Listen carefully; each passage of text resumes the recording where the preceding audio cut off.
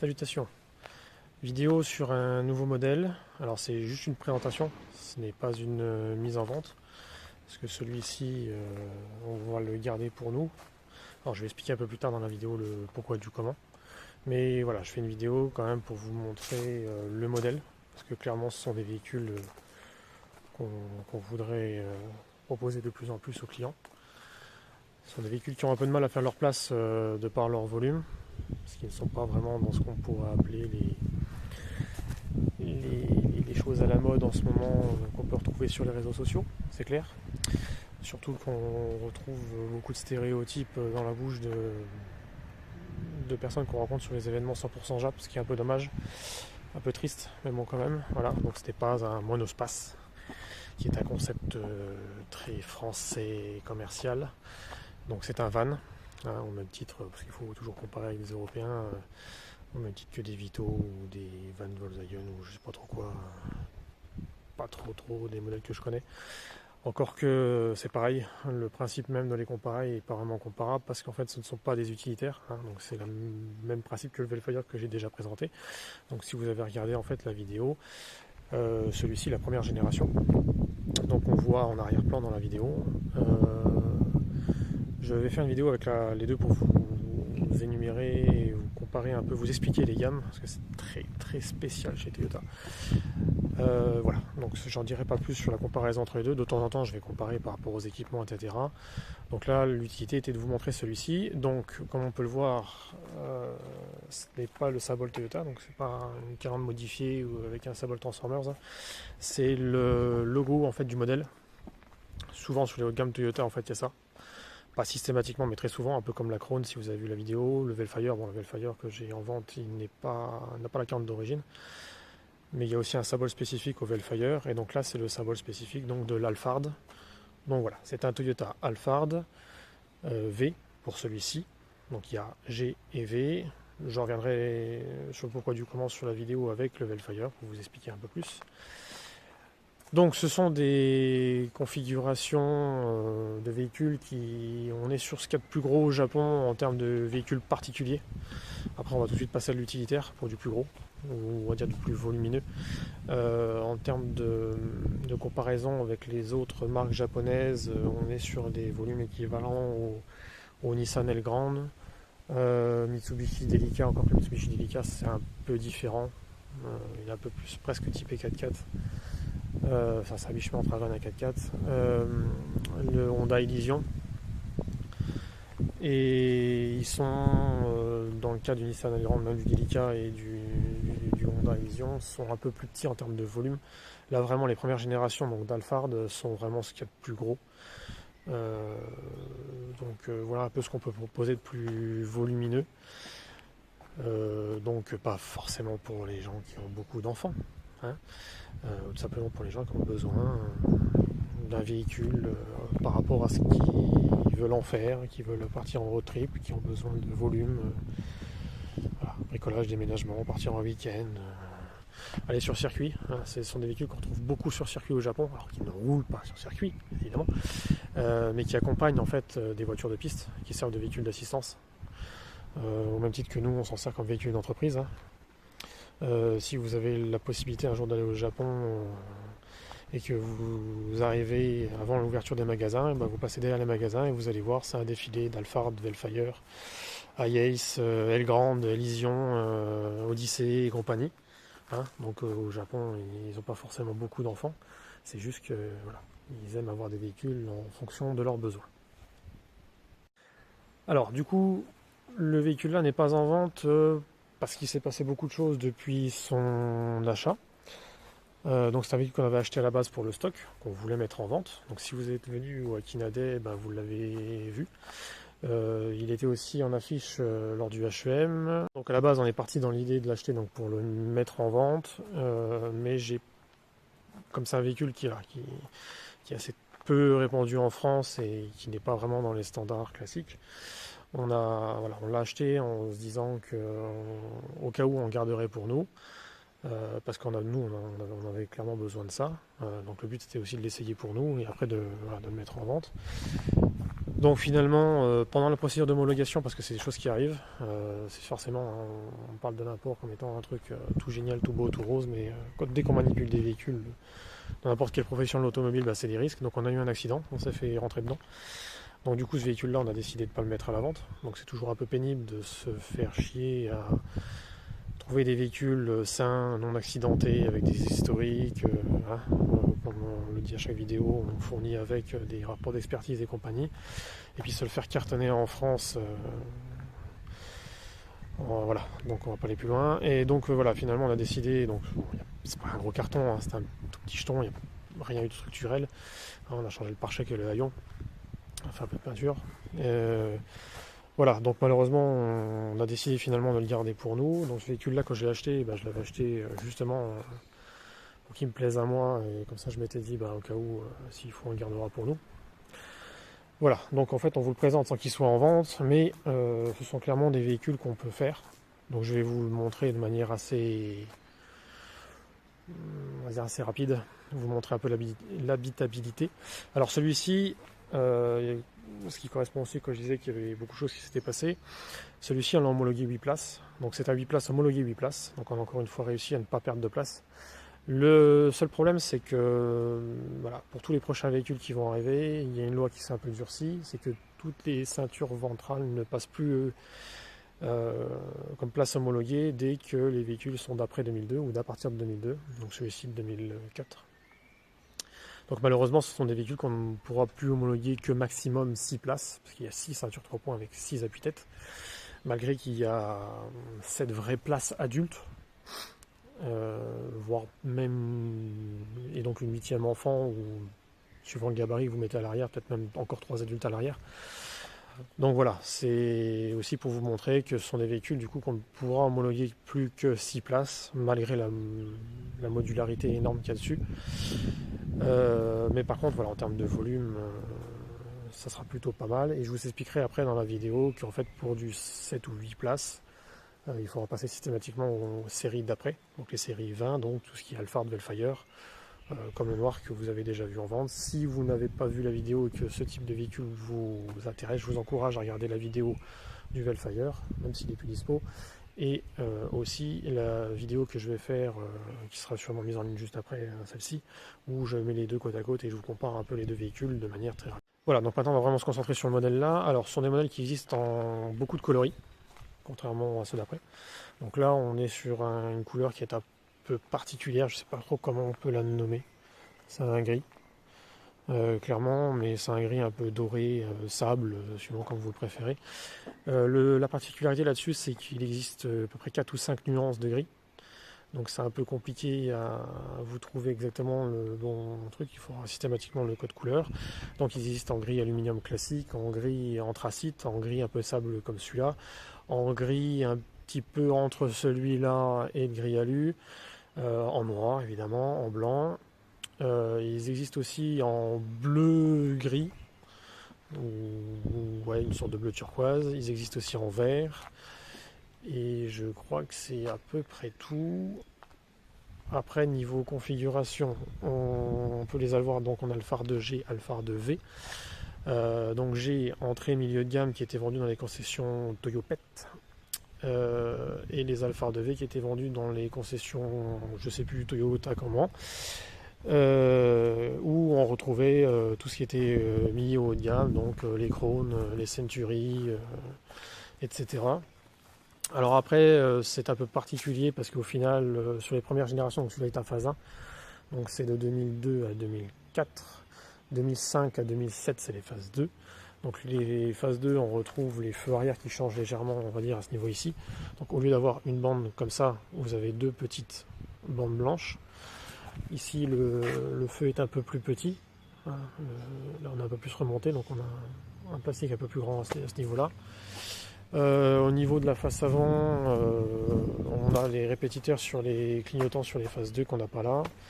Et les feux sont une configuration intérieure un peu différente, mais globalement les formes sont exactement les mêmes. Donc c'est extrêmement subtil. Chose qu'on a remarqué avec l'accident quand on a commandé les pièces, du coup les Alphard de V et les Alphard de G ont en teint blanc ici un peu différent. Là c'est une sorte de chrome en fait qui est à l'intérieur. Et les Alphard 2G c'est vraiment blanc normal on va dire. Voilà.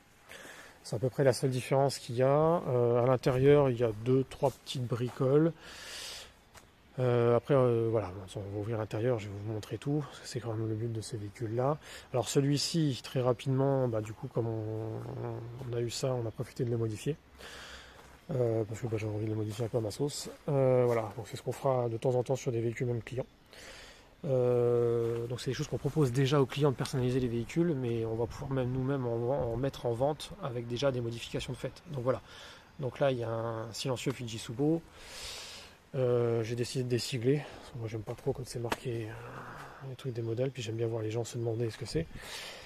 Donc il est rabaissé avec des tines. On a mis des jantes en 18, donc c'est des Weds Joker, jantes aluminium classique. Et après, au niveau modif extérieur, c'est à peu près tout ce qu'on a fait. Il est à peu près en configuration, on va dire, d'origine. Alors, c'est un kit S, donc c'est un AS. Parce qu'en fait c'est le moteur c'est un 2,4 litres. Ils existent donc c'est un 2,4 litres 4 cylindres, 170 chevaux, toujours boîte automatique, donc 4 rapports avec overdrive, donc c'est quasi comme si vous aviez une boîte 5. Donc automatique, pas CVT. Ils existent aussi en hybride.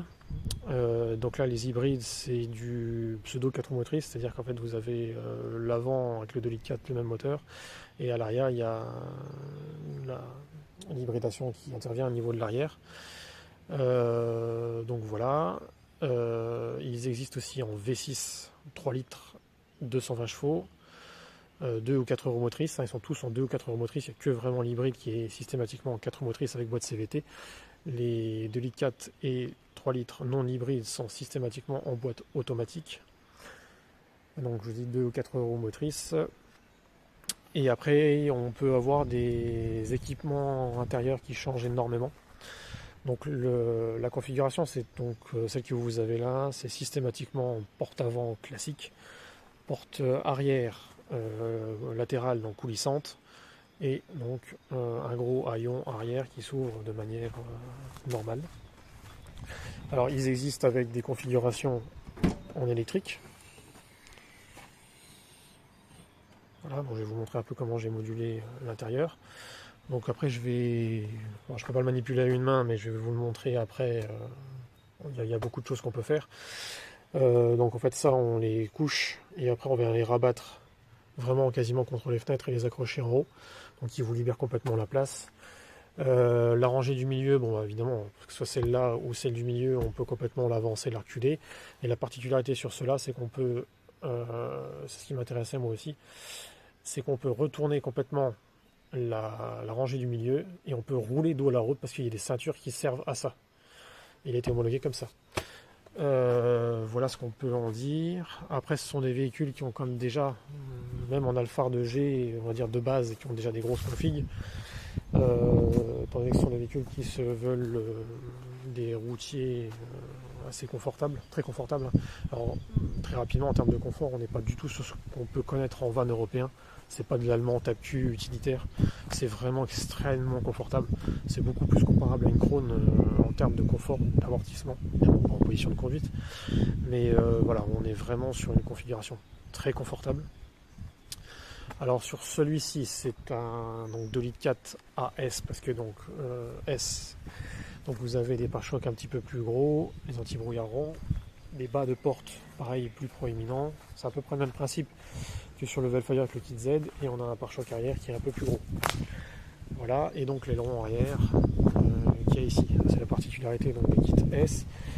Après, il existe aussi encore un autre pare-choc avant pour les S Limited, où le pare-choc descend un petit peu plus bas, un look un peu plus sportif, donc après c'est une question de goût et couleur, toujours pareil. Ils existent en configuration aussi un peu plus simple, qui sont sympas si on veut partir sur une base à modifier. Voilà, clairement après en termes de prix, hein, sur un Alphard G avec un kit S ou pas de kit S, on n'a pas vraiment une grosse différence de prix à l'achat, donc on n'a pas vraiment une différence de prix à la vente. Donc après, voilà, donc en termes de prix, on est sur des véhicules, sur des Alphard G avec plus de 100 000 km. on va être sur des véhicules qui vont commencer à 15 000 euros.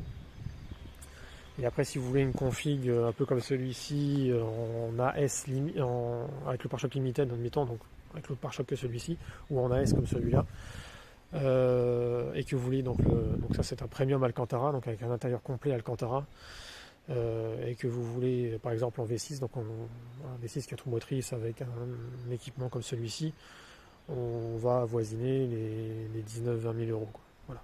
Pour un véhicule avec un peu moins de 100 000 km. Ça vous donne une fourchette, donc il faut dire entre 15 et 19 000 euros. Ça peut toujours être un peu modulé suivant les prix des transports, donc les grands max entre 15 et 20 000. Donc après, est-ce que le 4 roues motrices sur un V6 est vraiment indispensable ou pas? Parce que dès que c'est du 4 roues motrices, on va tout de suite prendre pas loin de 1000 euros. Pareil pour les toits au vent, donc celui-ci n'en a pas, hein, donc on a sur le Velfire. Dès qu'on en est sur des Velfire, on prend systématiquement 1000 euros aussi. Donc voilà, une config comme celui-ci, dans l'état qu'il est, avec le kilométrage qu'il a, il a un poil plus de 100 000, il a 104 000 km je crois. Là, comme ça, on sera à 17 000 euros. Voilà. Donc en 2,4 litres, avec un véhicule très propre, avec un intérieur très propre, en premium Alcantara, avec quand même pas mal d'options. Il y a l'alerte de franchissement en ligne, il y a les 2 portes latérales électriques coulissantes avec la commande à distance, il y a 2 clés télécommande, plus 2 télécommandes de porte, les Xenon, la FS, l'ABS, le SP, l'anti-patinage, donc les biplaces avec les places d'eau à la route, plus il y a 4 caméras, donc une caméra arrière, 3 caméras avant, un écran tactile, couleur, avec CD, mini-disque. Celui-là, il a un chargeur CD sous le siège encore en plus. Voilà, j'en oublie. Après, la seule chose qui est un peu dommage sur ces véhicules-là, c'est qu'on a eu les régulateurs de vitesse que sur les phases 2 et que en option. Ce qui est un peu dommage parce que c'est des véhicules, c'est vrai que c'est des options qu'on aime bien, mais c'est pas systématique. Donc voilà, donc ici par exemple vous avez les boutons pour pouvoir ouvrir les portes ici. Donc vous voyez par rapport au Velfire, on est sur des configurations un peu plus simples. Là je vous montre les clés, voilà, on est sur des clés plus classiques de chez Toyota, avec donc une télécommande séparée pour les portes. Toujours à peu près les mêmes choses qu'on retrouve sur beaucoup de Toyota. Un compteur, tout ce qu'il y a de plus simple.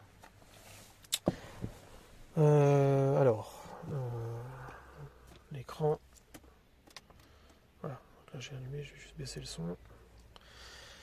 Donc voilà, donc par exemple ici vous pouvez voir, donc ça c'est des configurations qu'il y en a assez peu qui les ont, ce sera que sur les Alfa de V. Vous appuyez ici, il y a un bouton qui s'affiche là-bas, je vais vous montrer. Voilà, et en faisant ça, vous appuyez sur le frein, vous passez sur D, et donc vous avez 3 caméras, et si vous voulez voir juste les angles,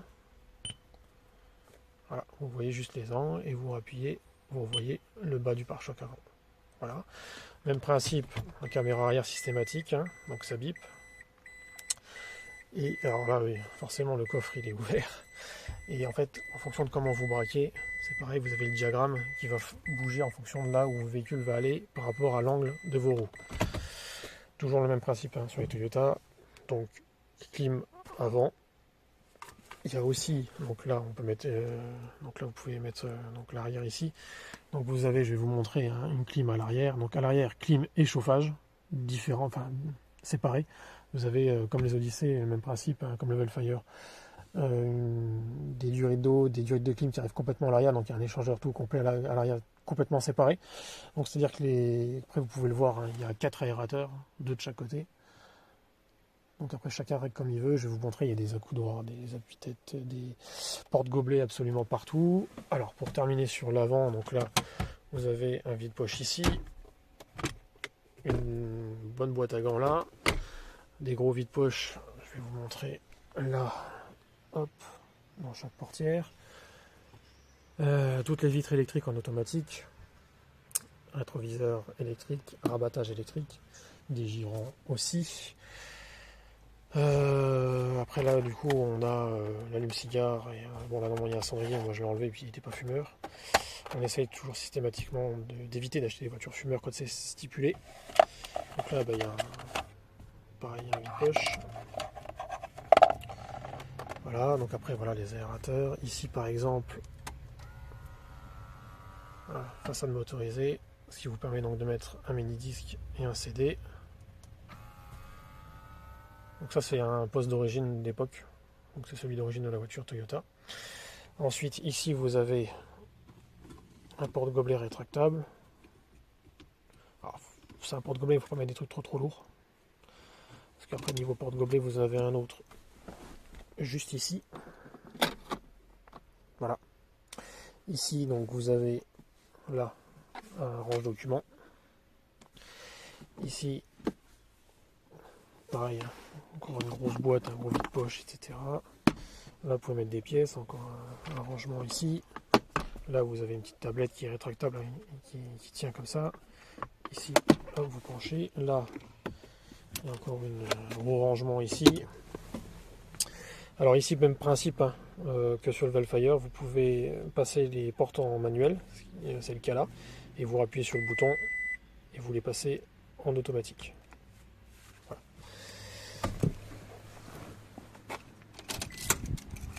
J'enlève les clés. Donc celui-ci a les sièges manuels, ils existent en siège électrique. C'est assez rare, mais on peut les trouver en siège électrique. Voilà, donc là voilà, on a rajouté comme d'habitude l'anti-brouillard. Quand on peut le mettre sur les emplacements d'origine, on le fait. Donc là il y a encore un vide-poche pour mettre ça. Ici vous avez un emplacement pour mettre une carte ou un truc de parking. Voilà. Donc il y a un jeu de tapis complet qu'on a nettoyé mais avec les petites fleurs de l'arbre. Malheureusement c'est pas des fleurs de cerisier. Voilà, donc après ici, un coudoir ici. Vous pouvez après relever un peu comme vous voulez. Voilà, après d'un coup là vous avez une finition sur le volant, donc ça c'est plus sur les Alphard 2V où ça va être des options assez dures à trouver sur les Alphard 2G, mais voilà, on peut toujours en trouver. Vous avez les commandes du poste au volant, donc comme je vous ai dit, pas de régulateur de vitesse, c'est un peu le truc qu'on peut lui reprocher.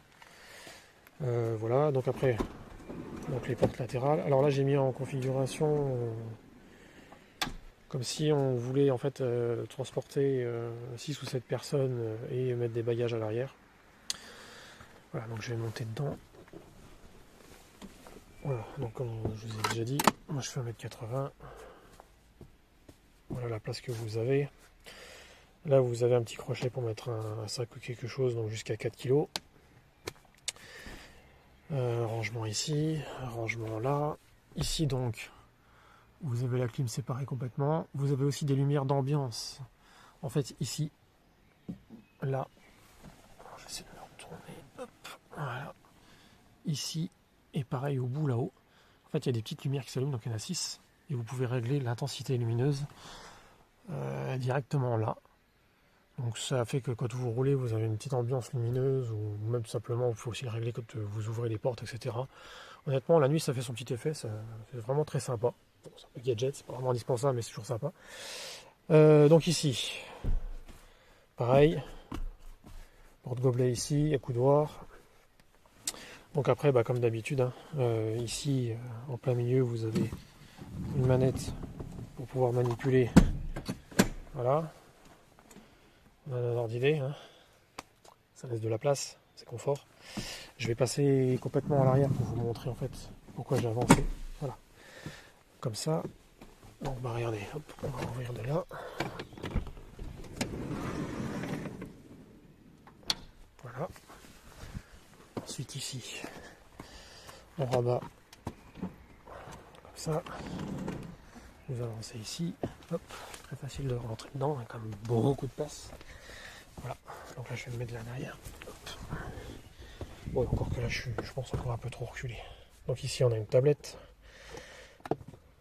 Voilà, là si on rabat le dossier, on peut s'en servir comme porte-document, encore porte-gobelet. Donc là il y a aussi une tablette ici. Là donc les haut-parleurs là, celui-là il n'a pas le pack Premium Sound, mais il a quand même déjà un pack, donc il n'y a pas autant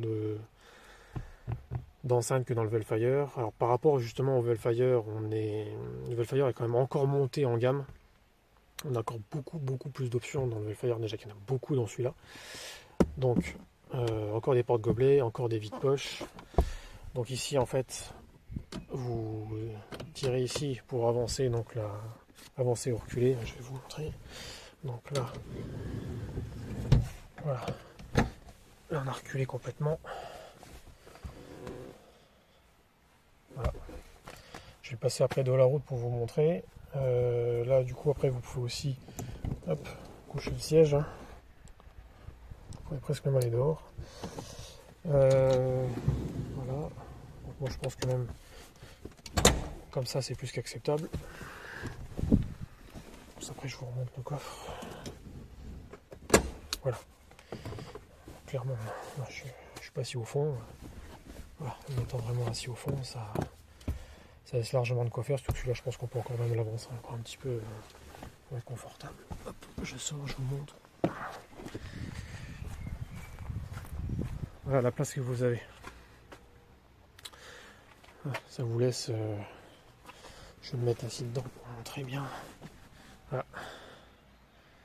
Voilà. Moi qui fait 1 mètre, qui des jambes d'1 mètre, voilà. Je touche même pas le bord. Et je fais même pas le dos. Voilà.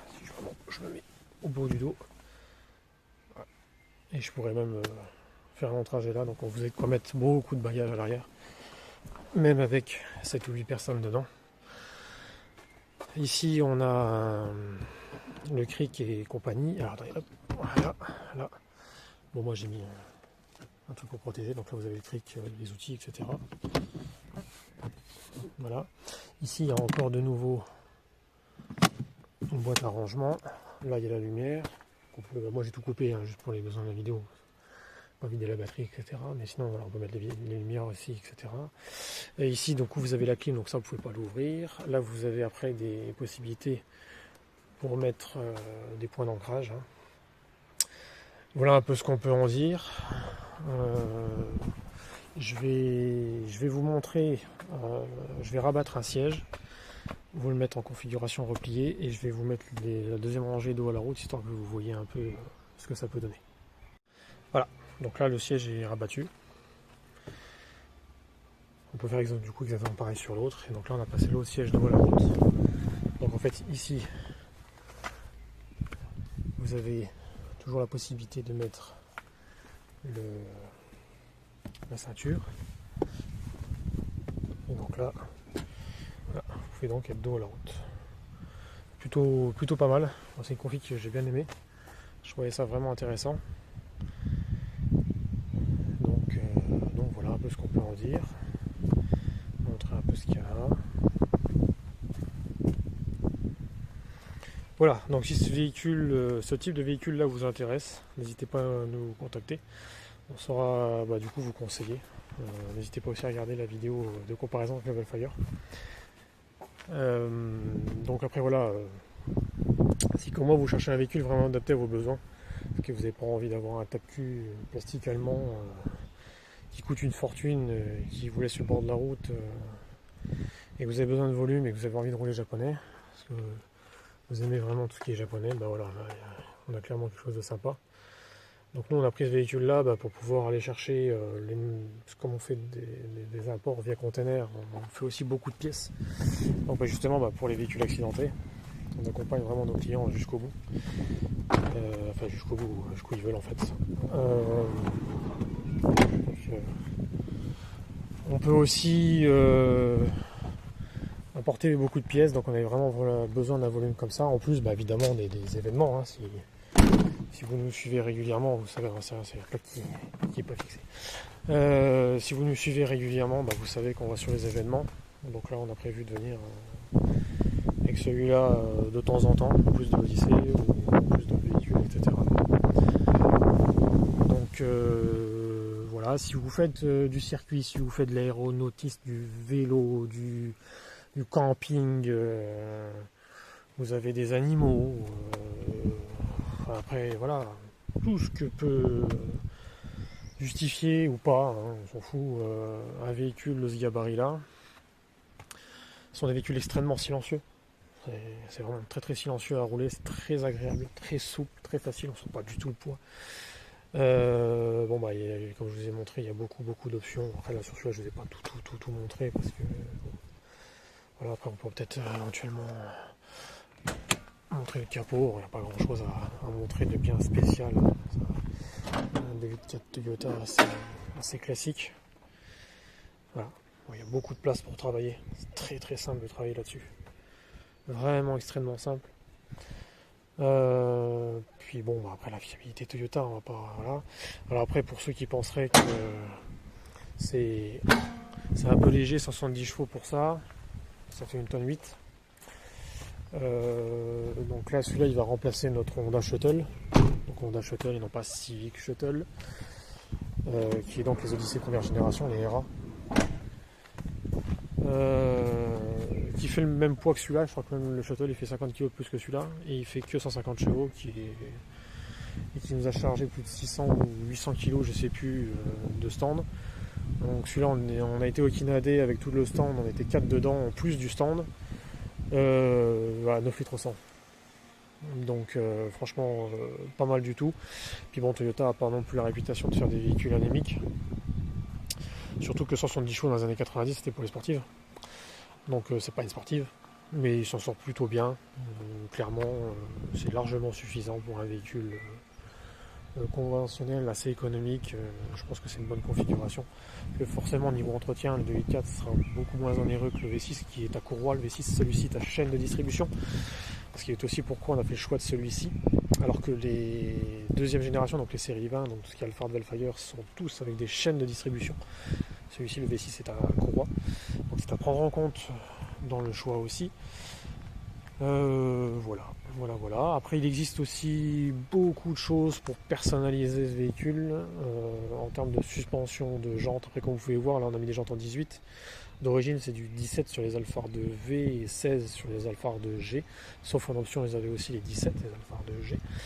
On peut en mettre du 19, il y en a même qui mettent du 20 pouces au Japon sans aucun problème.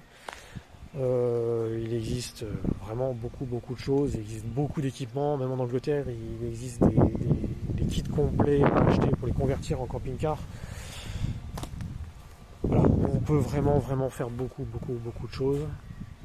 Après, au chapitre des choses à prendre en compte qui sont, on va dire, quelques petits défauts, si on pourrait dire ça comme ça, ou des choses d'inadaptées à notre marché européen. Donc comme je vous dis, le régulateur de vitesse, et que d'origine celui-ci fait 1,93 m de haut. Donc pour les parkings souterrains, ça peut être problématique. Ce qui est la raison principale pour laquelle je l'ai rabaissé, c'est pour pouvoir passer dans les parkings souterrains. Parce que quand on va chercher des clients à la gare ou autre, on a besoin de le garer sur un parking souterrain. Voilà. Malgré qu'il a l'air très bas, il est plus haut que l'Odyssée. Donc voilà.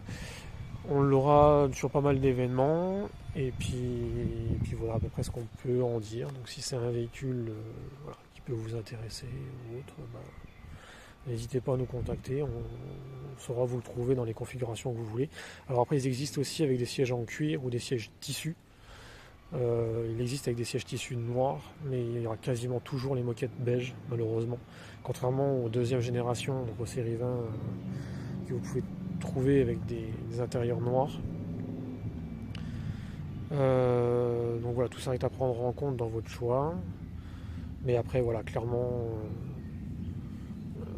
je pense qu'on est sur un véhicule un peu plus simple, très bien équipé, mais un peu plus simple que les deuxième génération qui vont être beaucoup plus typées luxe. Après, on peut trouver des configurations moins extrêmes que le Velfire qu'on a pris, moins haut de gamme. On peut en trouver des beaucoup plus aussi.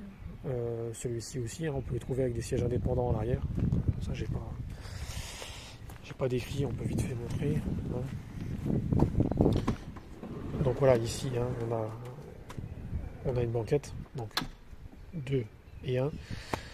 On peut les trouver en sièges séparés, avec un système de repose-pied qui se met dans le rail. Vous voyez, hop, voilà. Donc on peut le trouver en 7 places, dans la mesure où on ne peut pas l'homologuer du coup plus que 6 places. Si vous voulez vraiment beaucoup de volume, ça vous permet de vous dégager un volume supplémentaire au milieu. Voilà, après ce que j'ai pas montré, c'est que ça on peut complètement les coucher. Alors, donc en appuyant ici, hop, je vais essayer de tenir. Voilà, on bouge complètement en fait le siège. Donc comme ça on peut poser des choses dessus. Il y a quand même pas mal de modularité. On a, je crois, en termes de hauteur, au niveau du plafond au plus haut, on est quasiment à 1,40 m. Donc ça fait un sacré volume. Donc comme je vous ai dit, 1,93 m de haut, 1,83 m de large pour 4,86 m de long. Donc voilà, je pense qu'à peu près le tour est fait. Mon vidéo un peu longue, bon après ça c'est pas pour vendre le véhicule, c'est pas non plus pour être youtubeur, hein, je le dis à chaque fois. Voilà. On se sert juste de YouTube comme d'un support visuel pour montrer aux clients ce qu'on fait, qu'il n'y a pas que des véhicules sportifs au Japon. Si comme moi vous aimez tout ce qui est dans le principe même de l'ambiance Japon, etc., bah là clairement on y est dedans. Si comme moi vous n'aimez pas rouler dans tout ce qui est européen, diesel, plastique, comme le voisin, bah voilà, clairement on est dans un truc bien atypique. Alors si vous aimez les trucs bien atypiques, je vous conseille de nous suivre parce qu'il y en a de plus en plus qui vont arriver. Allez, sur ce, bonne journée et n'hésitez pas à venir nous voir sur les rassemblements. A plus.